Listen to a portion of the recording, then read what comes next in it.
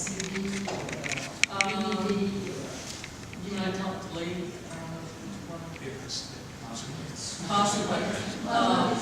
It was one, College Bowl was one of the few quiz programs that was taped, most of them in Kinescope. And the reason we have this is a collector in Los Angeles, Paul Daugherty, who runs a talent agency and does voiceover, he collects broadcasts of some of the early quiz shows, and one of the ones that he's interested in was College Bowl. And he, after acquiring them, he, with the rise of the internet, started contacting the people that participated to see what had become of them down the road. And he called me one Sunday afternoon, and long story short, sent me this copy. Otherwise, we wouldn't have it. And he had the facilities to take it from the tape they had and put it on the DVD for us. Yes. a double barrel question. First of all, how was Rice selected to be on the show? And secondly, how was the team selected to represent Rice? I don't know how Rice was selected. I know that there had been a College Bowl team on before we were on Rice, and there was one later on after us. The way we were selected, there were notices put up all around the university. I live at home, so they had different notices in the student center and on the bulletin boards where I would have seen it. And I'm sure there were notices in the colleges. I remember seeing it and thinking, thank God I'm not smart enough for that. I don't have time to do that kind of nonsense, and went merrily on. And one of my professors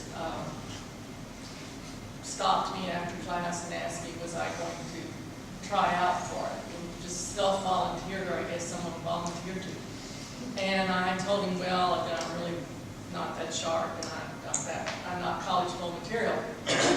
And he told me, well, he thought I was, and he wanted me to give it serious consideration. And I did. So the whole 30 seconds it took me to get out the door. I was not wasting my time on that. I had papers to write, I had books to read. And so later in class, I don't know how he realized I wasn't doing it, but later he strong-armed me into agreeing that yes, I would at least try out. And I really did not want to do it because my classes were over. I'd go home. I would have been at home, gotten in comfortable clothes, and this was back when even when you came in with casual clothes, you dressed nicely. And I had to get dressed, put on makeup, and I was not happy. And so I put on my crown of thorns and picked up my cross and dragged it in here. And we came to the Fontaine Library, and they gave us a written test. And at that time, Dr. Lee told us that the university had decided that there would be one female, at least one on the team. That the prior team had been all male, and they didn't like the idea that it gave the perception that the university was an all-male school. So no matter what the scores were, there would be a female on the team. And when they did the scoring, he picked, I think, the top two, myself and someone else who scored higher than I did. And then I think there were about 8 or 10 boys or young men. And we went, and at that point he said that we will he'd choose based on who could play and who covered the best areas that he wanted covered. And that was when he was still thinking in terms of getting, all science, engineering, I guess, humanities and so forth.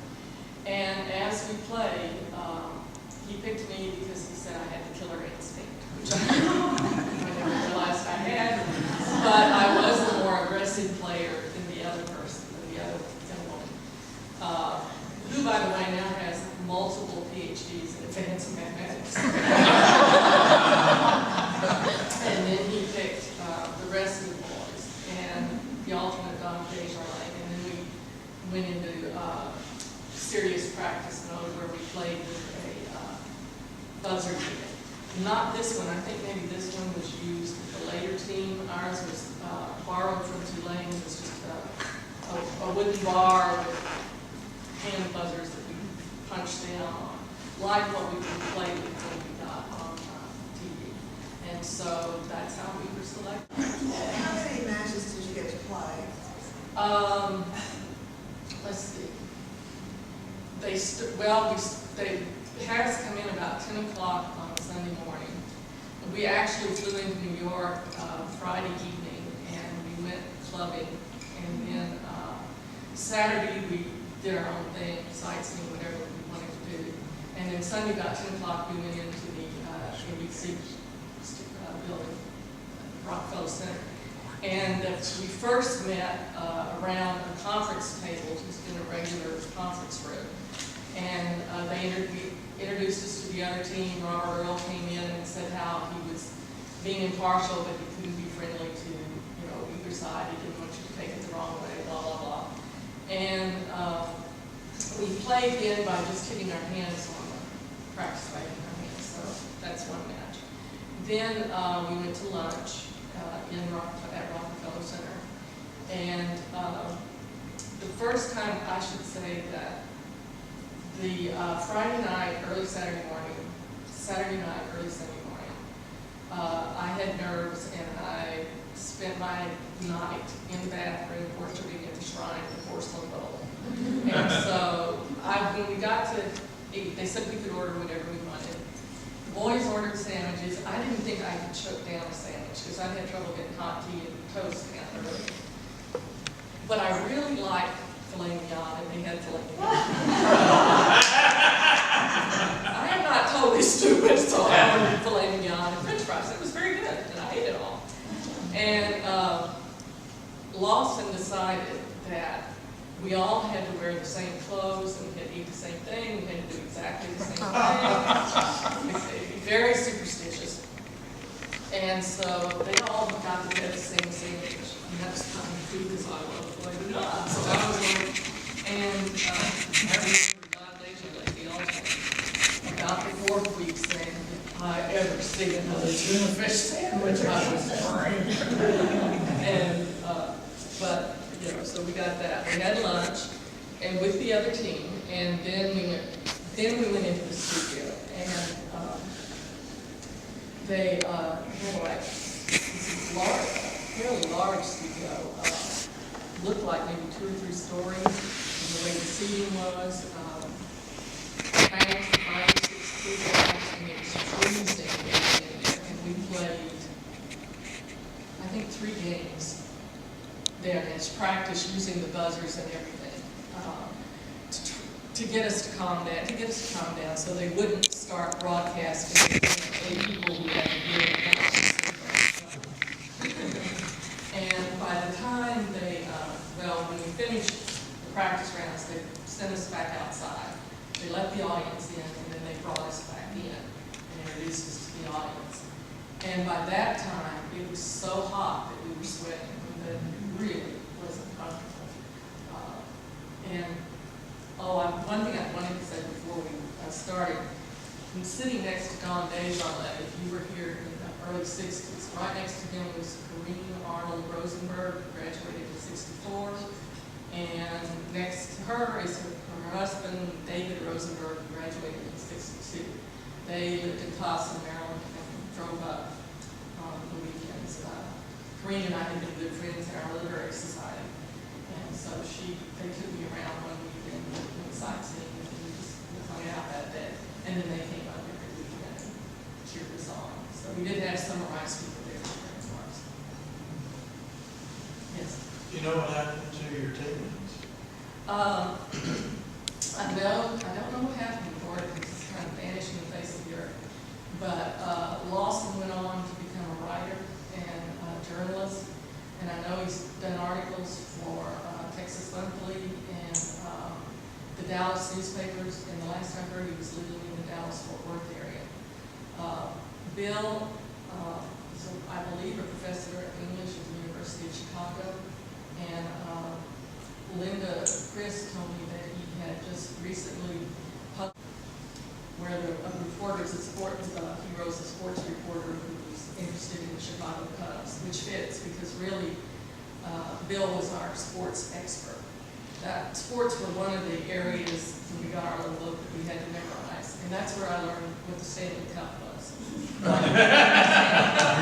But I learned it, and really we all kind of deferred to Bill on that one, sports, let Bill deal with it, because he knew everything backwards, forwards, upside down, inside. Yes. Why didn't they talk about rice?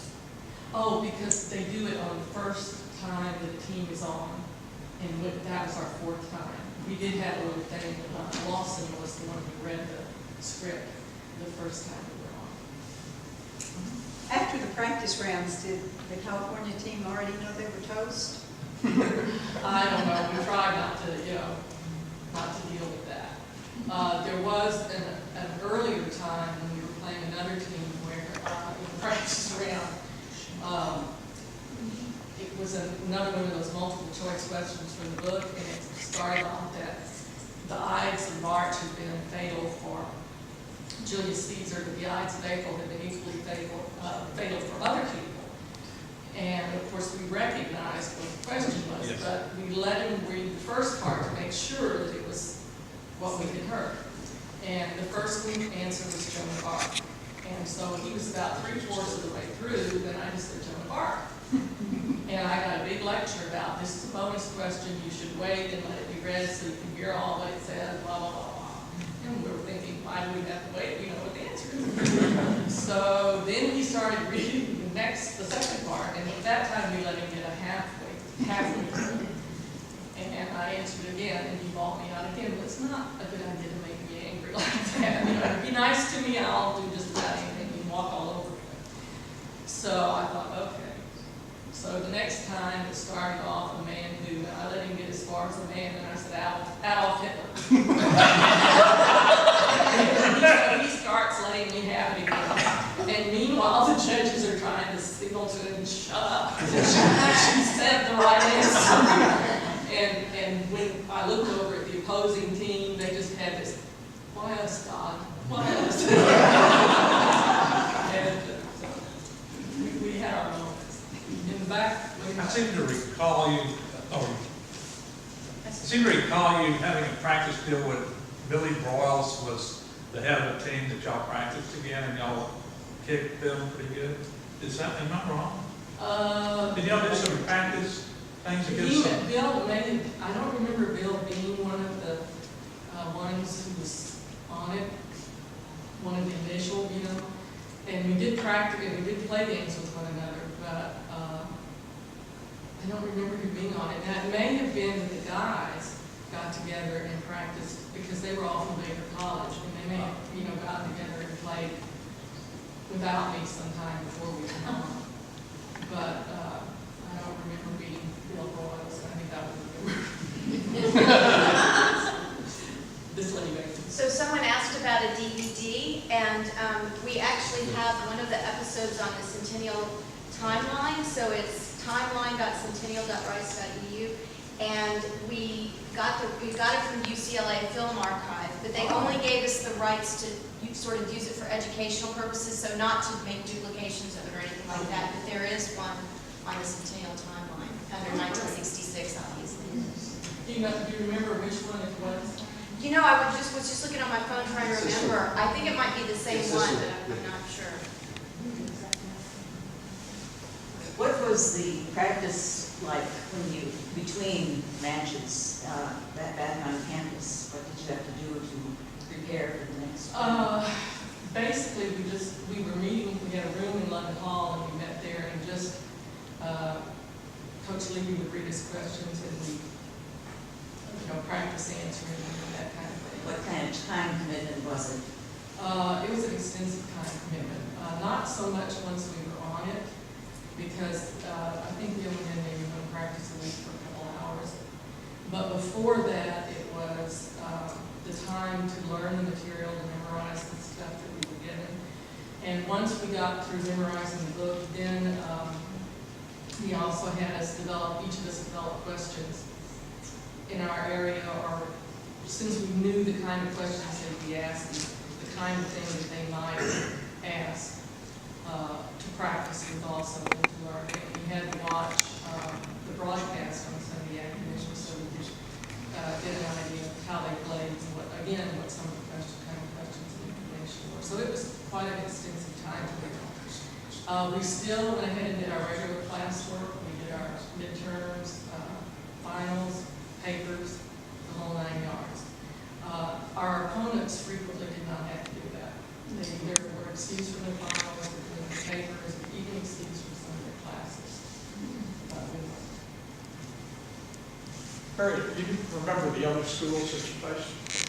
I remember that our first school we played against was East Carolina State College. The third school we played, I don't remember the name, but I remember President Garfield went there. And they were the strongest team that we played. And then, of course, Cal State, and the last one was the University of Is it true that Professor Masterson made you angry and Chattanooga paid the price for it the following yes. week? Oh, yes. Yeah, you want to explain? Well, some of you may have taken American history from Dr. Masterson when he was a very popular professor and well-loved and well-liked. But before I came here, apparently he was passed over for the presidency. And I'm told by people who were around at that time that his personality totally changed. And I got a C+ from him when I should have had a B-, and that's from the grader who told me that. He said, you know, if you tell this, I will swear you're lying for the year. And I didn't appreciate that. And the deal was that Masterson had told him that he wanted the grades in each tutorial to be a perfect curve. Well, I was sitting in a tutorial with, as it turned out, 5 people who went on to become 5A guys. 4 people who went on to become part of the engineering society that is the equivalent of 5A Cal. And so, given you got 20 people there, you're not going to have a curve, really. And so when we were playing the University of Chattanooga, we were beating them so bad. I mean, it was embarrassing. And by the time the commercial came on, we all talked about, you know, what should we do? And we did. And I think maybe Lawson or Bill brought it up first. And the thing that popped in my head was a picture of Charles Van Doren standing with a $64,000 question. And I'm thinking, oh God, that's all we need is a, you know, thing. How am I, you know, what am I going to say? Gordon, who of course was very deadpan, Bill said, well, maybe we ought to let them answer the questions. And Gordon says, if we let them answer any questions, they'll have a negative score.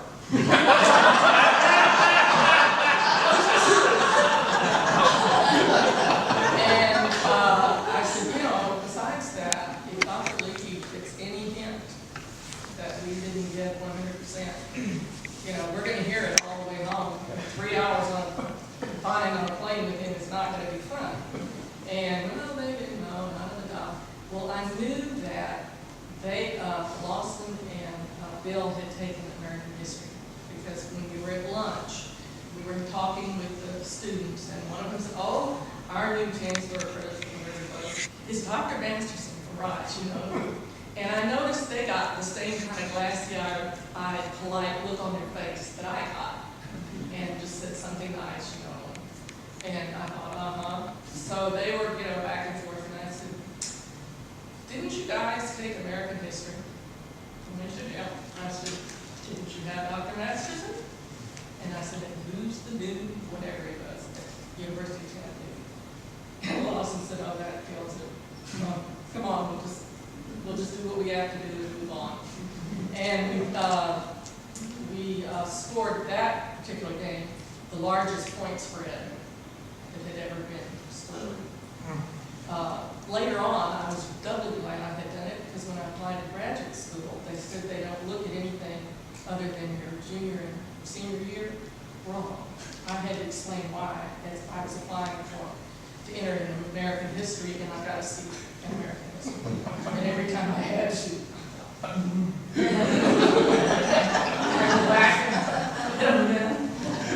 but we enjoyed it, and we had a good time. They gave us first class tickets to fly to New York, and we exchanged them for economy class so that Don could go with us. And they provided a hotel, they gave us $50 spending money, They got us tickets to a Broadway show, not a first run show, but still, we got to see Funny Girl, not with Barbra Streisand, it was still good. We got to see some Grahamstein musicals. We got to see a Chekhov play next to Lawson, which was horrible. Lawson was very into drama and the whole 9 yards. And I had been seeing signs advertising a new musical that was going to open called Maine. And the producer had explained that they had a certain budget to get tickets for these shows, and that's why they couldn't get first run shows.